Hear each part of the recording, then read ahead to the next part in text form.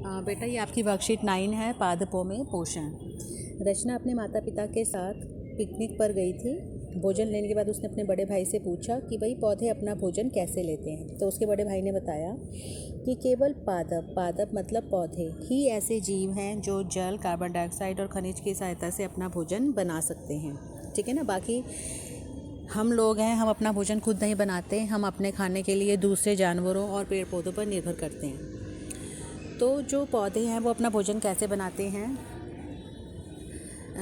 जल वो लेते हैं, जड़ें उनकी जड़ें मिट्टी से पानी लेती हैं, खनिज लेती हैं, कार्बन डाइऑक्साइड वो हवा से लेते हैं और उनके अंदर एक क्लोरोफिल नाम का वर्णक होता है, पिगमेंट होता है। ठीक है, जिसकी सहायता से और सूर्य की रोशनी की सहायता से फिर वो अपना भोजन खुद बनाते हैं। तो पोषण क्या कहते हैं? किसी जीव द्वारा भोजन ग्रहण करना और शरीर द्वारा उसके उपयोग की विधि को पोषण कहते हैं। ठीक है, पोषण का मतलब खाना खाओ, जो हमने खाना खाया उसका हमारे शरीर ने किस किस रूप में प्रयोग किया, वो सब पोषण के अंदर आता है। सभी जीवों को भोजन की आवश्यकता होती है, ये हम सबको पता है। कार्बोहाइड्रेट, प्रोटीन, वसा, विटामिन और खनिज लवण भोजन के घटक हैं। ये आप छठी क्लास में भी आपने पढ़ा होगा, भोजन के घटक क्या हैं, कंपोनेंट्स ऑफ फूड।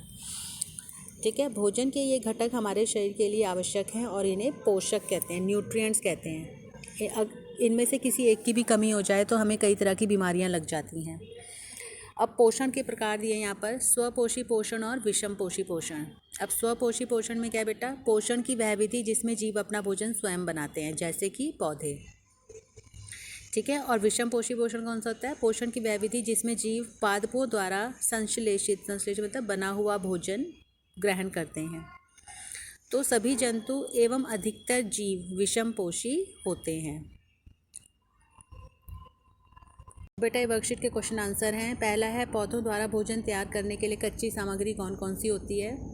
तो वो है जल, कार्बन डाइऑक्साइड और खनिज। फिर अगला है, पोषण किसे कहते हैं? किसी जीव द्वारा भोजन ग्रहण करने और शरीर द्वारा उसके उपयोग की विधि को पोषण कहते हैं। स्वपोषी पोषण के 2 उदाहरण बताइए। तो बेटा एक तो पादप आप पौधे लिख सकते हैं, और शैवाल होते हैं कवक, जैसे आपने ये होते हैं कवक।